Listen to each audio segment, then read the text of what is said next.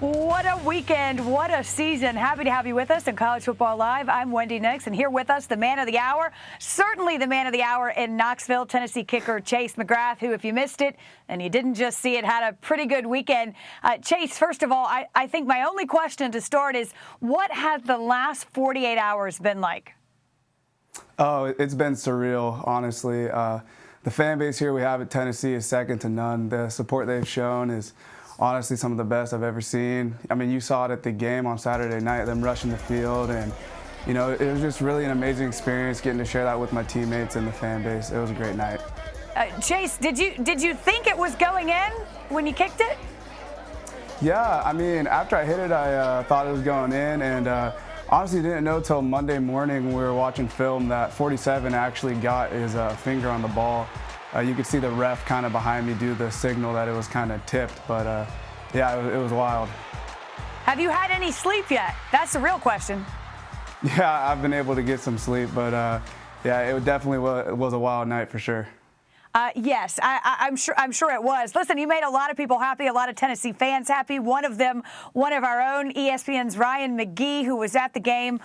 He said he stayed impartial until the kick, what Ryan was through the uprights. I don't know if I'm buying that, but anyway, he's got a few questions as well. All right, Chase, first of all, my wife and I want to thank you. Our marriage has been better since Saturday. I feel like there's a lot of people probably that are Tennessee alums that feel that way. All right, so I smoked a cigar. Just like everyone did after the game. I had not smoked one in 16 years. Your Instagram is full of you smoking a cigar. Did you have experience with that before? And how did Max and Frazier get those cigars into the locker room? Yeah, I've smoked a cigar before, but this one is one I'd never forget. Honestly, you know, we got in the locker room and they had them all ready for us, and you know, the whole team was lighting up, and it was really just an amazing, fun time, and I'll never forget, honestly. All right, so where were you in that crowd? Because we all saw what happened. I was like, ain't no way I'm going down there. What was it like on that field, Shields-Watkins Field, when everybody poured into that stadium? Yeah, honestly, once the ball went through, my whole team just swarmed me. I had nowhere to go. And then next thing you know, the whole stadium was just converging all in. And yeah, it was crazy, and I just really tried to make sure to stay up and not get, you know, hit on the ground or get trampled, you know? Chase, there's obviously the euphoria of the moment, right? And you realize what happened. You clearly know it's for the win. Does it feel differently the day after? Did it have time to sink in? Because obviously this is a storied rivalry, and your name now will certainly be mentioned early and often when we talk about it.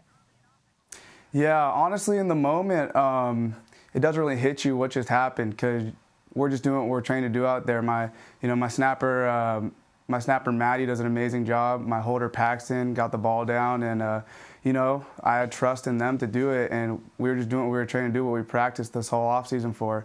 So in that moment, you know, it didn't really hit until, you know, after the game, and you know, we were celebrating with all the fans and the team and my teammates and everything. So yeah, it was really awesome.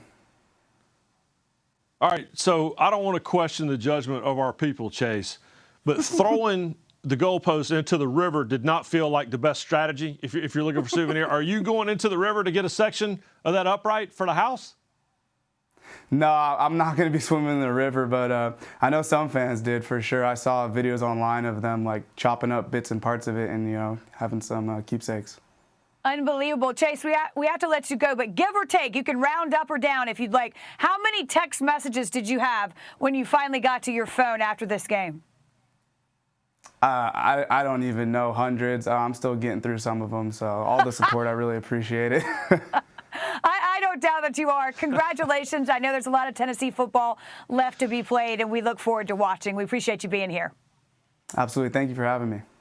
All right, Ryan, you set us up well because you talked about the goalpost, and, you know, no goalpost is safe, at least not in Knoxville. They take this thing through town, down to the river, and now they got to raise money for a new one, but not to worry. Through a Vol Starter campaign, that's the university's fundraising device, they have raised, give or take, $150,000 for new goalposts. That has exceeded their goals. Good news, I can tell you right now, they gladly pay for another one to get a win like that.